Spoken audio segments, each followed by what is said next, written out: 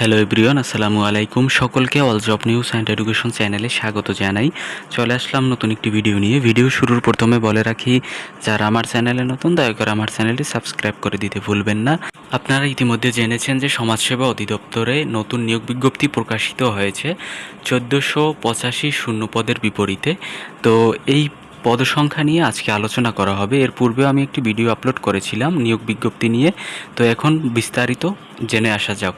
দেখেন, এখানে বলা হয়েছে প্রতিষ্ঠানের নাম সমাজসেবা অধিদপ্তর, পদের সংখ্যা 52টি, ক্যাটাগরিতে 1485টি শূন্য পদ।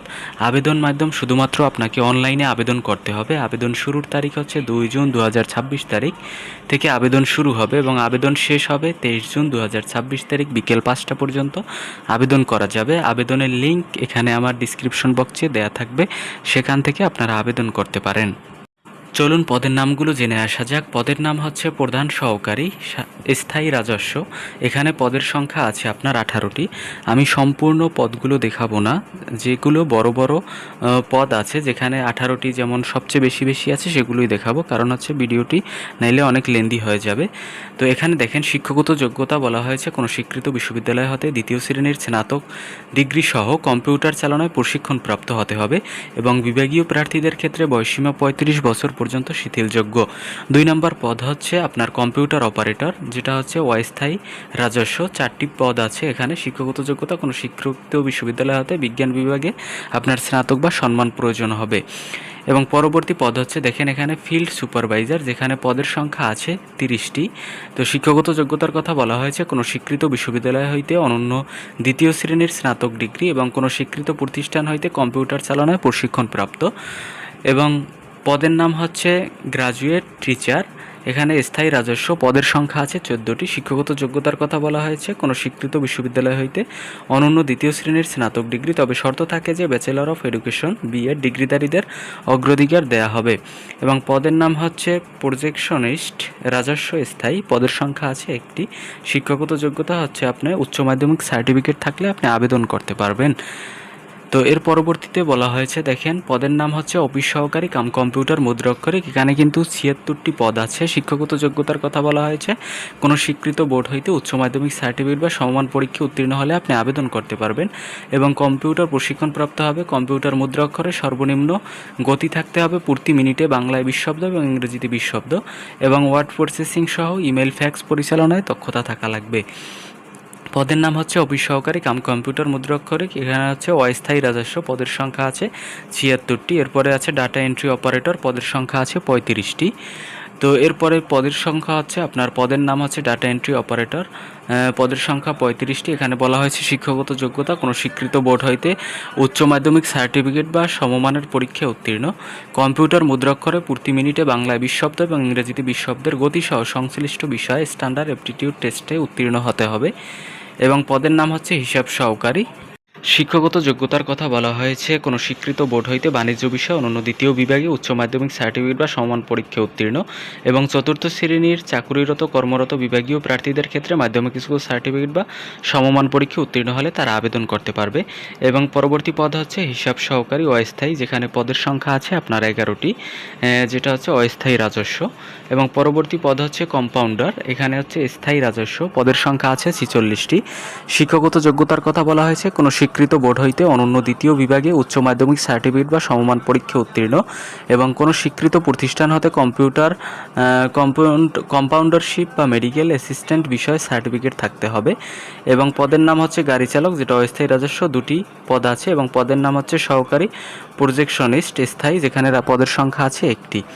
এবং পরবর্তীতে দেখেন সমাজকর্মী, ইউনিয়ন সমাজকর্মী, যেটা হচ্ছে স্থায়ী রাজস্ব, পদের সংখ্যা আছে 312টি। শিক্ষাগত যোগ্যতা হচ্ছে কোনো স্বীকৃত বোর্ড হইতে অনন্য দ্বিতীয় বিভাগে উচ্চ মাধ্যমিক সার্টিফিকেট বা সমমান পরীক্ষা উত্তীর্ণ হলে আপনি আবেদন করতে পারবেন। পরে হচ্ছে সমাজকর্মী পৌর স্থায়ী রাজস্ব, এখানে পদের সংখ্যা আছে 12টি। শিক্ষাগত যোগ্যতা কোনো স্বীকৃত বোর্ড হইতে অনন্য দ্বিতীয় বিভাগে উচ্চ মাধ্যমিক সার্টিফিকেট থাকলে কিন্তু আপনি আবেদন করতে পারবেন। এরপরে হচ্ছে বড় ভাইয়া অস্থায়ী রাজস্ব, পদের সংখ্যা আছে কিন্তু 25টি। তো একটি কথা বলে রাখি, আপনারা যারা ইতিপূর্বে সমাজকর্মী পদে আবেদন করেছিলেন বা অন্যান্য পদে যারা আবেদন করেছিলেন তাদের কি নতুনভাবে আবেদন করা লাগবে কিনা অনেকেই প্রশ্ন করেছিলেন। তো এক কথা হচ্ছে তাদের নতুনভাবে আবেদন করা লাগবে না, কিন্তু যারা করেননি এর পূর্বে তারা অবশ্যই আবেদন করবেন। কারণ হচ্ছে স্পষ্ট কিন্তু তাদের নিয়োগ বিজ্ঞপ্তিতে বলা হয়েছে এটি কিন্তু রিসার্কুলার। যেহেতু এর পূর্বে আপনারা আবেদন করছেন, আপনাদের সকল তথ্য তাদের কাছে আছে, এজন্য আবেদন করার প্রয়োজন নেই। যারা নতুন আছেন বা যারা আবেদন করতে পারেননি এর পূর্বে সমাজকর্মী পদে, তারা কিন্তু আবেদন করতে পারবেন। আর সমাজকর্মীর জন্য কিন্তু আপনি এইচএসসির পাশে আপনি আবেদন করতে পারতেছেন।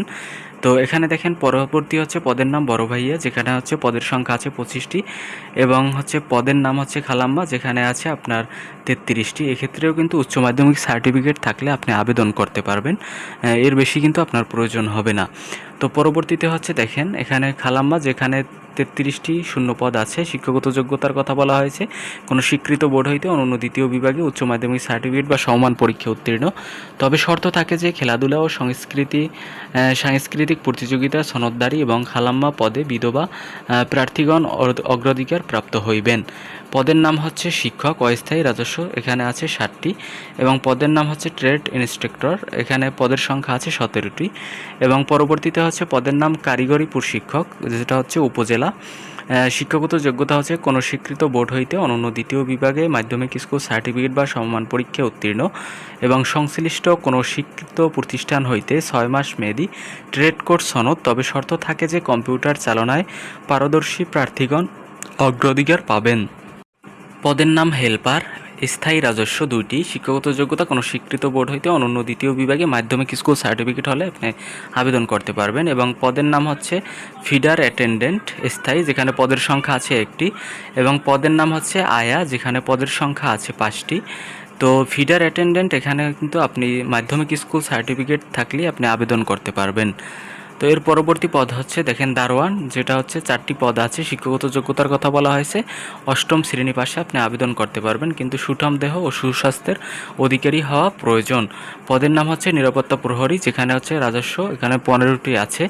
পদের সংখ্যা, শিক্ষাগত যোগ্যতার কথা বলা হয়েছে অনন্য 8ম শ্রেণী পাস, এবং এক্ষেত্রেও সুঠাম দেহ ও সুস্বাস্থ্যের অধিকারী। তবে শর্ত থাকে যে আনসার ও গ্রাম প্রতিরক্ষা বাহিনীর প্রশিক্ষণপ্রাপ্ত প্রার্থীগণ অগ্রাধিকার পাবে। পদের নাম বাবুর্চি, যেখানে পদের সংখ্যা আছে 20টি, 8ম শ্রেণী পাশে আপনি আবেদন করতে পারবেন। এরপরে হচ্ছে পদের নাম সহকারী বাবুর্চি, যেখানে পদের সংখ্যা আছে 2টি, এক্ষেত্রেও আপনি 8ম শ্রেণী পাশে আপনার আবেদন করতে পারবেন। এর পরবর্তী পদ হচ্ছে অফিস সহায়ক রাজস্ব, যেখানে পদের সংখ্যা আছে সবচেয়ে বেশি 478টি। শিক্ষাগত যোগ্যতা কোনো স্বীকৃত বোর্ড হইতে অনন্য দ্বিতীয় বিভাগে মাধ্যমিক স্কুল সার্টিফিকেট বা সমমান পরীক্ষা উত্তীর্ণ হলেই আপনি আবেদন করতে পারবেন। এর পরবর্তী পদ হচ্ছে পদের নাম হচ্ছে বার্তাবাহক স্থায়ী রাজস্ব, যেখানে পদের সংখ্যা আছে 21টি। শিক্ষাগত যোগ্যতা কোনো স্বীকৃত বোর্ড হইতে অনন্য দ্বিতীয় বিভাগে মাধ্যমিক স্কুল সার্টিফিকেট বা সমমান পরীক্ষায় উত্তীর্ণ হলে আপনারা আবেদন করতে পারবেন। তো এই হচ্ছে টোটাল 52টি পদ। এক্ষেত্রে আপনারা আপনাদের পছন্দ অনুযায়ী আবেদন করতে পারবেন, কিন্তু পূর্বে যারা আবেদন করেছিলেন তাদের আবেদন করার প্রয়োজন নেই নতুনভাবে। তো এই ছিল আজকের ভিডিও, দেখা হবে পরবর্তী কোনো ভিডিওতে। সঙ্গে থাকুন আমার চ্যানেলের। ধন্যবাদ সকলকে, আল্লাহ হাফেজ।